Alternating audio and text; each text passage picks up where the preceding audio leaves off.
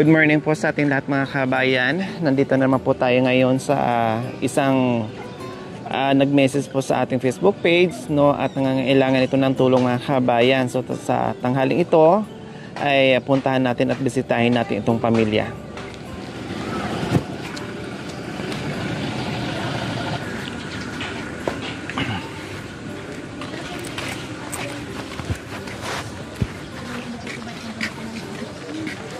Tao po. Dito nakatira si Ate Lina. Ay, kayo. Pwedeng makipasok? Pasok po. Pasok po kayo. Ayan. So, nandito na tayo ngayon mga kabayan. Ito yung minisis sa atin, no? Sino ba si Ate Lina? Ito po anak. Asawa, mother? Kapatid ko nanay. Kapatid nyo. Oh, 19 years old, tama? Bata pa, no? Makapayat ni Kuya. Anong pangalan ni Kuya? Manuel. Anong nangyari sa inyo? Natubigan po yung baga ko nung maglalaro po ng basketball. Natubigan. Naglaro lang kayo ng basketball, tapos... Natutuyan po kasi ako ng pawis. Ayun. So may dahilan. Kumbaga, pulmonya siguro ang nangyari. No? Habang naglalaro ng basketball, siyempre sobrang pawis. Tapos nakadamit, hinahayaan na siguro ni Kuya Manuel na natutuyo doon sa likod nyo. Tapos, mga ilang taon kayo noon? Naramdaman ko po, ubo-ubo lang po nung 18 po ako.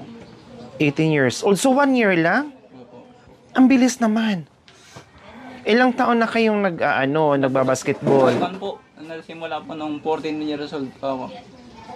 So, 14 years old, 15, 16, 17, 18. So, 4 years kayong naglalaro. Kasi mahilig kayo mag-basketball. Yun talaga ang nakahiligan nyo. Kinuha po akong player ng school nun. Varsity? Opo. High school? High school po. Wow, so ibig sabihin, kinuha ka ng player sa isang eskwelahan. Ay nakitaan kayo ng magaling talaga kayong mag-basketball. Magaling talaga kayo maglaro ng basketball. So, nung naramdaman nyo, nung itong huli lang, mag-iisang taon lang, na parang inuubo kayo. Inuubo pa ako, tapos di pa ako makahinga nun. Hindi po makahinga. Hindi ka nahirapan kayong huminga. Po, puno na po ng tubig yung baga. So, ngayon, anong nangyari? Naoperahan pa ako, okay na po. Tanggal na po yung tubig. Maintenance na lang po. So, bukod doon, anong findings ng doktor? Anong sabi ng doktor? Matagal daw po bago maghilom yung lugat. 1 taon daw po may...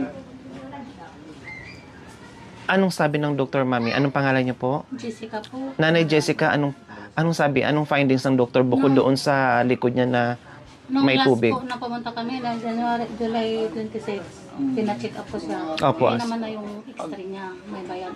May bawal sa kanya yung mga malamig. Walang PTB?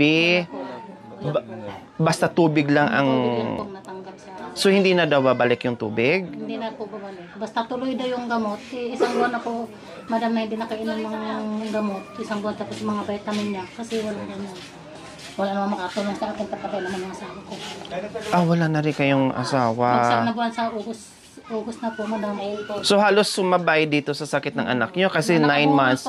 Nakaburol yung asawa ko. May pasyente po ako, madam.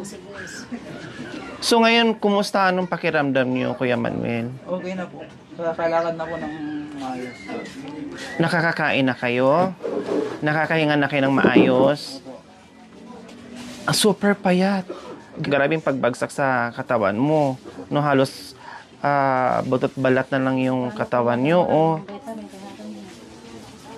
May gamot na maintenance. Isang buwan na po, mahigit. Tapos vitamin niya kasi wala nang bili po. So, di ba sabi ng doktor, kailangan may Continuous. gamot. Oo, para hindi na babalik at yung paggaling niya ay tuloy-tuloy. Kahan ng gamot niya. Tinatawag. Ano yung minimaintain niyang gamot? Bukod dun sa vitamins. Nandiyan yung gamot niya last nung last kami pumunta ng hospital.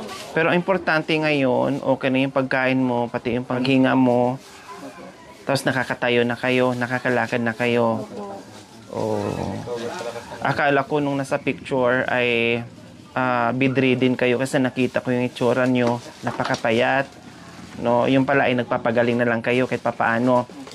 So yung mga nireseta ng doktor niya or ano yung sabi ng doktor, dapat sundin yun, nanay. Po, madam.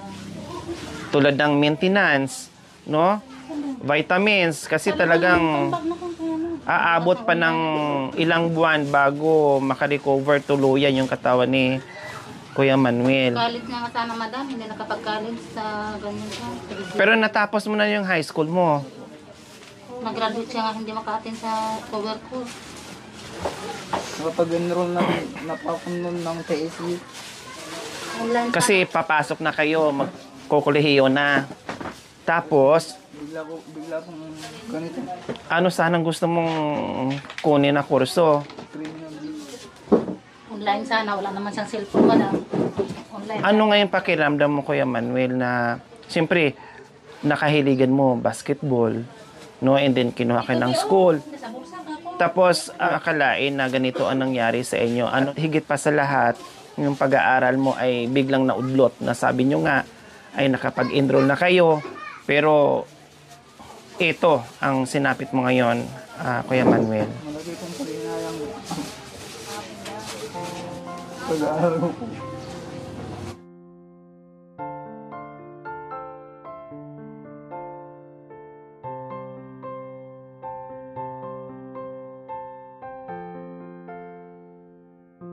Talagang emotional si Manuel dahil bukod doon sa nakahiligan niya, yung pagbabasketball, no, yung pag-aaral niya. Siguro kung hindi siya naging ganyan, ay nakapag-aral, ate. Kasi napa-enroll niyo po.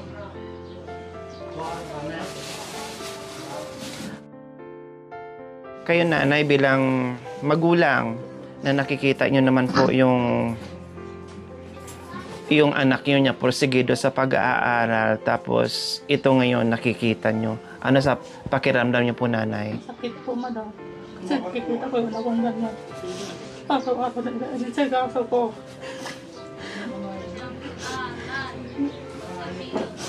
Lalo na wala nang ako ng asawa ko. Nahihirapan din ako. Kumbaga, doble pasakit po sa inyo, nanay, kasi namatay yung Asawa ko. mister nyo, no?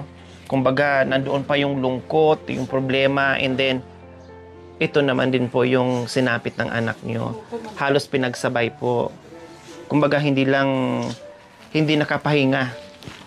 Kumusta ngayon, nanay? Anong hanap buhay nyo po? Siyempre, Wala po. ganito. Gustuin ko mang mamasukan na katulong, madam. Hindi. Kasi walang kasama yung anak ko dahil mga kapatid niya, may pamilyari naman sila, madam. Sino pong kasama nyo po dito sa bahay? Ito, tsaka yung bunso ko. Extra din yung bunso ko doon sa Catherine ng lola nila, gano'n kaya guide. Tapos yung isang anak ko, contraction, yung binata, kulang din, mautang pa pag wala kami pagkain. Ngayon, sinong nagsusuporta sa inyo? Siyempre, nag-aaral din po yung anak yung Hindi na bunso. po, tumigil na po siya. Anong year na? Grade 5 lang po yun. Kasi, O bakit natigil? Grade 5 lang naman. Pumasok siya ng, ano ba yun? Hindi, papasok siya ng ano ba yun ngayon? Yung grade, ano? Alsan. ALS. ALS. Pumasok siya ng ALS po. Ng isang araw, tinawag siya, nag-fill up siya doon. O, Nanay Jessica, paano yung pang-araw-araw nyo? Yan po, yung mga... Anong klaseng extra na ginagawa niyo po, Nanay Jessica? Wala po, hindi ako napagka-extra. Dito lang sa bahay, naglawa ng mga damit niya. Sino nag-provide sa inyo? Pagkain, gamot niya? Mga kapatid na. Ilan po ba ang anak nyo? Siyam lahat, pag siyam yung bunso. Siyam ang anak nyo. 16 anyos yung bunso, lalaki. Ilang taon na po kayo, Nanay Jessica? Ngayon, 55. 55. So, buti na lang yung siyam na anak na kahit papaano, yung may pamilya sila ay nakaalalay pa rin sa inyo. Sila yung nabibigay ng pagkain. Kung may wala kami, magbibigay sila. Lalo na itong kaso ng people, yung nag-consayo, nag-message. Tapos yung mga auntie nila kahit po dyan, yung isang araw, nagbigay ng merinda niya. Wala naman kung pabili ng merinda niya. Gustuhin ko man, madam, pamasukan, pero hindi ko maiwan yung anak ko. Kasi walang mag-aasikaso sa kanya. Pupunta ng CR, magbuhat ng tubig, dahil bawal pa naman. Dati talaga nagiging bedridden siya, hindi siya nakakatayo. Dati po, madam. Dati. Awa ng Panginoon. Talagang puro lang higa. Oo. Paano yung pagligo niya ngayon? Ngayon, nakakaligo na sa ngayon. Ah. Sinasalo. Minsan, humihingi ka ng tubig niya sa mga kapatid na silang may nawasa. Yung gripo namin minsan, madam, malabo. So kahit papaano ngayon, Kuya Manuel, nakakakilos kayo. Ayun, ang importante ngayon, huwag mo muna isipin kung ano yung na-miss mo, yung pag-aaral mo, yung pagbabasketball mo. Ang isipin mo ngayon para lalong mapabilis yung pagaling mo, yung papagaling mo ngayon. Ha? Doon ka muna mag-focus para makakain ka ng maayos, no? At hindi ka mai-stress.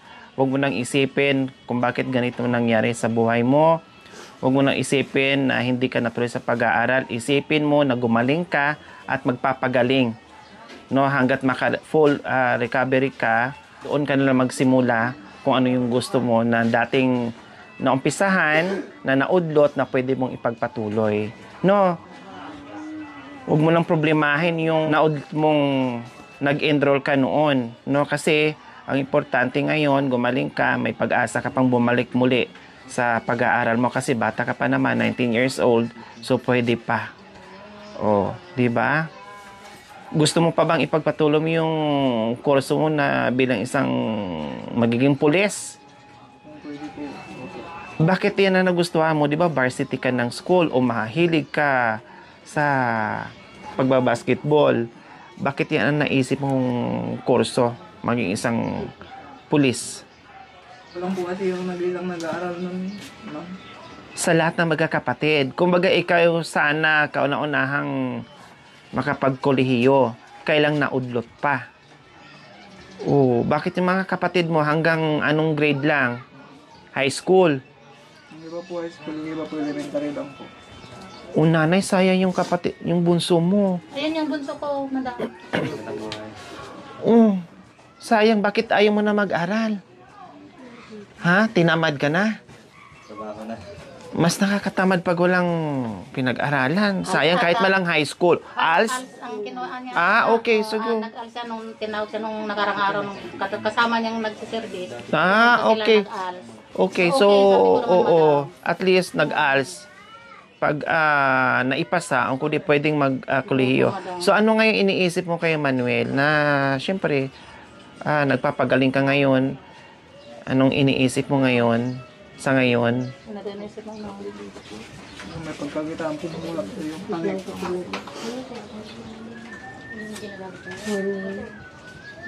Ano yung Tapos ang wish niya, madam, magkaroon daw kami ng sarili na kurente. Nakikitap lang kami. Yun ang wish niya. At hindi niya kaya walang kurente na maiinitan daw. Yung kuryente nyo is nakitap lang kayo sa Oo, kapitbahay. sa anak ko po. Umpisa kahapon. Siguro ang tangkad mo, Manuel, kasi matatangkad naman yung mga kapatid Tumayo mo. ka nga anak para makita Di okay lang baka mahirapan siya. O, di ba? Matangkad. Kasi nakikita ko ang bias ng mga binti mo, mahalata talagang matangkad ka, 6'1". Ito yung picture niya, madam. Kaya pala Para nakahiligan makita. mong mag basketball. Madam, Nung wala pa siyang kan. high school to o grade school? Grade 6, grade school. Oh.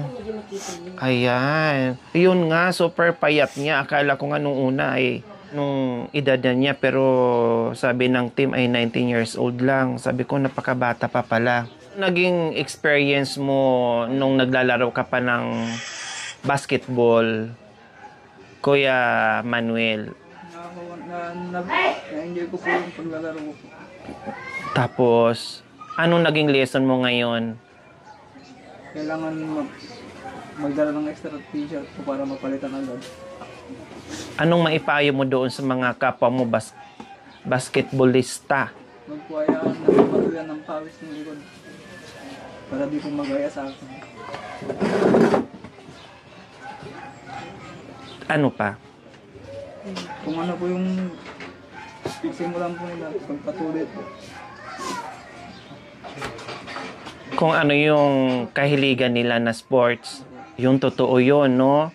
Sa mga kapwa mahilig magbasket mga kabayan, lalo na sa mga ganitong panahon na napakainit talaga, no? Maging liso na sa atin si Kuya Manuel, yung kumbaga nalibang na ng sobra doon sa ginagawa niya pagbabasketball, and then hindi niya na napapansin yung damit niya super basa na, natutuyuan na. So ito ngayon mga kabayan ang nangyari sa kanya.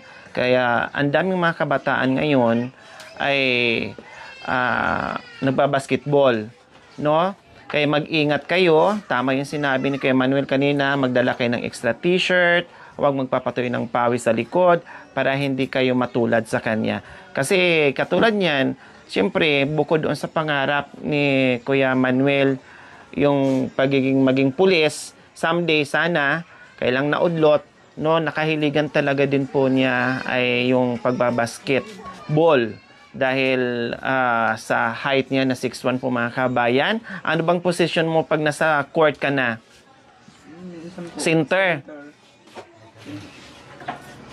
Center po. Minsan po one. Sa center, minsan po power forward. So talagang pag gumaling ka, babalik ka sa paglalaro mo. Kung hindi na po, Bakit? pag-aaral na lang po ang matupanin ko. Baka po maulit ulit. Kumbaga, parang na-trauma ka o nadala ka sa nangyari? Parang gano'n na po. Mas gustuhin mo ngayon ay yung pag-aaral na lang muna. Kung darating man ang panahon na maisip mo maglaro ulit, bahala na, basta makapag-aral ka muna. Oh, so na-trauma o natakot na. Kasi siguro, Nanay Jessica, hindi biro yung magkasakit. Opo, talaga. Diba? Ang tagal namin sa hospital, madam. Mabuti, may tumutulong naman sa amin. Ano, nakabuti pa lang siya, tapos yung check-up niya, 3,000. No, yung nagbibigay naman. Nairaos nyo. Mayroon din. Tapos noon, hindi nang tagal, yung asawa ko, yun, Ano din kinamatay ng asawa na high nyo? blood po, madam. Ilang taon na po? 57 nung namatay. Bata pa. Tapos, Yun, namatay na. Dahil sinabi naman pa, doktor kasi wag nanay. Sabi nga nanay, tawagan namin nanay tatay. Wag nanay kasi problema din. Pag ipunta ako ng probinsya, walang magbabantay kay Manuel. anong probinsya ng Sa Tarlac po. up sa hospital? Ayaw niya magpatakbo. Ayun, pagkalinggo ng alas 6 ata, yun, nahuhuli sa ang buhay niya, namatay na siya. Dito na siya Dito na namatay. po sa bahay namin. Oh. Okay, so nandito kami Nanay Jessica, Manuel, no, kahit pa paano nandito yung team magbigay ng pangangailangan nyo sa araw-araw. Number 1, pagkain nyo, no, lalong-lalo na sinabi nyo Nanay Jessica, mahirap na hindi kayo maka-extra dahil nga gawa nito ni Manuel na kailangan pa niya ng alalay, hindi makabuhat-buhat, na mabigat dahil napakapayat talaga as in, no? Habang nagpapagaling yung anak niya ay focus muna dito si Nanay Jessica. At least nandito naman yung mga kapatid na kahit papaano ay nakaalalay din dito sa kapatid nila, nagbibigay ng pagkain. Yun yung kagandahan doon, no? Kahit mahihirap yung mga kapatid niya, no, hindi pa rin nakakalimot kahit ano yung pwedeng i-share, ay nagbibigayan sila. Kung alam Diba? na lang pang garinda, madam, wala kaming pera, nagbibigay naman yung mga kapatid pagkain niya, ulam. Ayun. Tuwang-tuwa naman yung anak ko. Malaking bagay na rin po yun, Nanay Jessica. Alam nila na hindi ako maka-extra. Paano nyo nakakayanan, Nanay Jessica, na kamamatay na ng asawa nyo, tapos ito na naman ngayon yung anak nyo na hinaharap nyo? Kinakaya ko na lang, madam, tiis lang, kunting tiis. Panalangin, puro na lang ako panalangin ng gabi. Sabi ko, Panginoon, tulungan mo ako kung anong gawin ko. Tinitiis ko, madam. At masakit ang loob ko. Anong sabi ng mga ibang anak yung po, Nanay Jessica? Pinapayuhan naman nila ako. Nanay, laban lang, sabi niya. Tapos minsan ako si Manuel sa akin, nanay, magpahinga ka, baka sumpugin yung high blood mo. Sabi ko, may maintenance naman na binigay ni ate mo. Nag-aalala siya sa iyo. Oo, kasi kung ako doon na high blood, madam, wala daw magkon sa kanya asikaso. Sabi ko, okay lang, alam. Tapos pagtapos ako maglaba ng punas niya, hindi naman gas ang ginagamit ko, madam. Opo. May butas po siya dito. Pakita mo, mayroon pa madam, kapunit pa. Okay, wag mo nang ano. So may butas siya dito. Ngayon wala na. Tinanggal na yung ano kasi wala na siya. Gasa. Kaya Kundi, damit na lang. Pa yung butas po para pong butas na lang po naman. Parang butas ang karami. Ingat, mag-ingat ka, ingatan mo yan ha. At ngayon wag ka na magpapapawis kasi napakadelikado sa inyo. Para hindi na maulit yung pangyayari. Kasi hirap na sa buhay. Tapos pag nagkakasakit, lalong mahirap. 'Di ba? Anong mensahe mo kay mama mo? Papasalamat ko ako sa pag-alaga niyo sa akin. Ayan, balang araw, makakabawi din si Manuel kay Nanay Jessica. Kasi yung pangarap niya ay talagang matutupad yan kasi porsigido naman siya sa pag-aaral.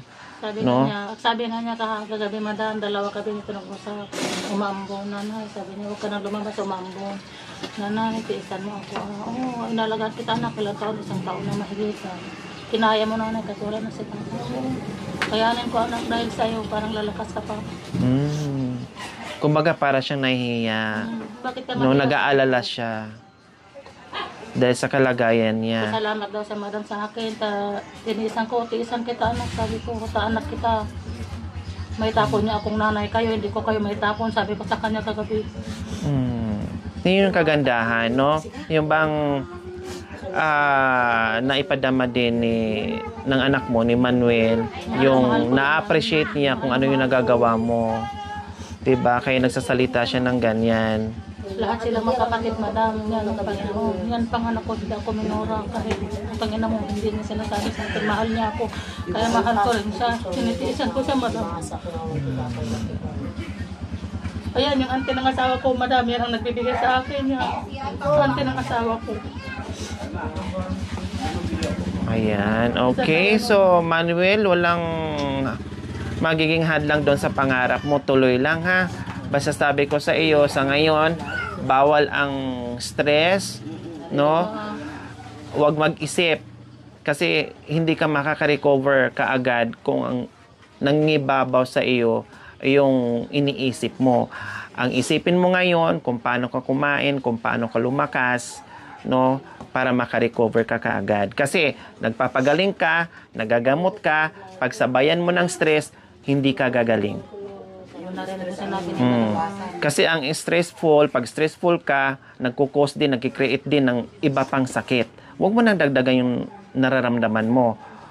Pasalamat ka na lang, nandito yung mother mo, nandiyan yung mga kapatid mo nakaalalay sa'yo. So, ang gagawin mo na lang, kumain ka ng kumain, tapos magpapagaling ka. Para gumaling ka agad.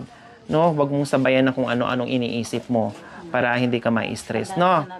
Okay, so nandito kami. Ayan, may dala-dala kaming groceries. Ito yung kahilingan ng mga kabay na kahit mabigyan natin sila ng pagkain. Kasi nga, si Nanay Jessica gusto magtrabaho, hindi niya ito maiwan-iwan. Although mayroong kapatid na siyam or iba, syempre may pamilya na. Unlike si Nanay, talagang mapagtuunan niya, no, makafocus siya sa pagbabante dito kay Manuel.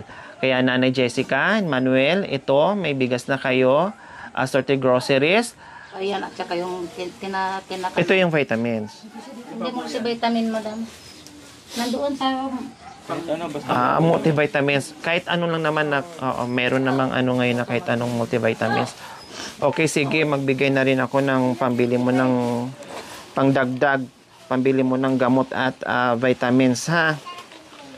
Okay, Nanay Jessica, ibili mo siya ng vitamins. Bili ka na, mura lang naman ngayon yung isang bottle na multivitamins. Okay, so ayan, isa naman po mga kabayan ang napuntahan natin ngayon na kahit papaano, no, nabigyan natin. So, pasensya na rin po doon sa iba pang nag-message sa atin na hindi natin agad-agad mapuntahan dahil napakadami ng ating mga schedule araw-araw, no? At antay-antay lang kayo, baka isa din kayo sa mapuntahan namin. Hindi ibig sabihin pag nag-message tayo ngayon ay agad-agad mapuntahan tayo. Yung iba nga 1 year bago namin mapuntahan yung mga nagme-message sa amin. Iba few months, no? Lalo na pag malayo, hindi po talaga namin kaya puntahan agad. Pero pag malapit lang, kahit paano ay mapupuntahan namin. Okay, magpapasalamat po tayo sa walang sawang pagmamahal. Ma'am Ana May Hukutan Gasmin from Alaska, USA. Maraming salamat po sa inyong ginito ang puso na may pagpalain po tayo ng Panginoong Diyos araw-araw. Nawa ibigyan po tayo ng kalakasan ng katawan sa araw-araw. Nawa ibigyan po tayo ng mahabang buhay. Pang sa ganon, marami pa tayong matulungan na gaya nila. Sana sa tulong mo sa amin.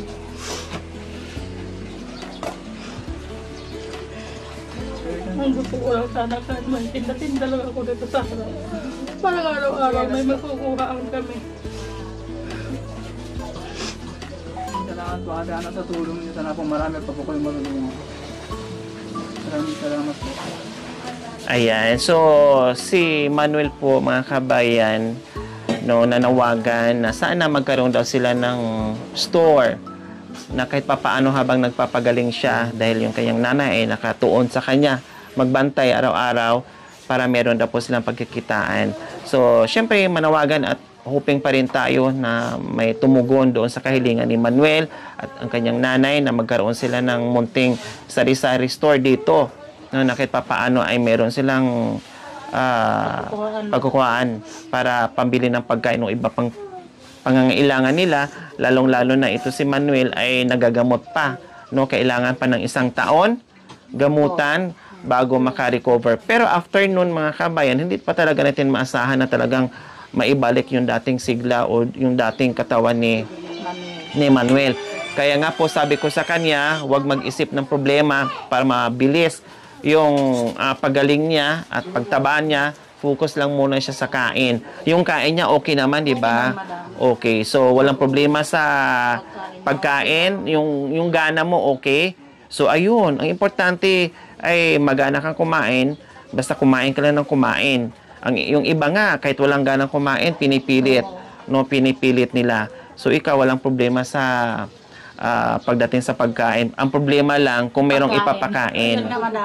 So, yun lang ang problema. Okay, so ayan po mga kabayan, no? Pray natin yung kanyang kahilingan ay madinig ng ating mga sponsors at mabigyan natin ng kahit papaano ng tulong sa nais pang tumulong. Okay, so dito na kami Nanay Jessica and Kuya Manuel, pagaling kayo ha.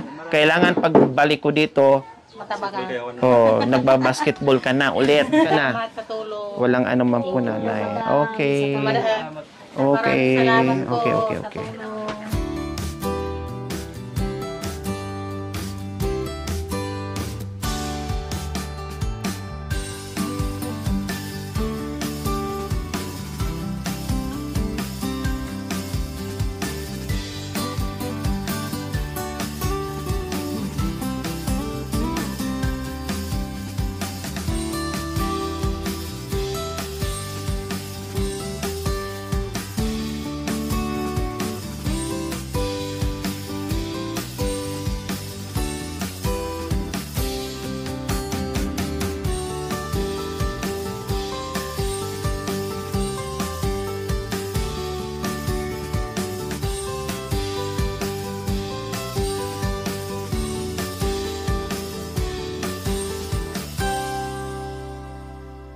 Thank you for watching.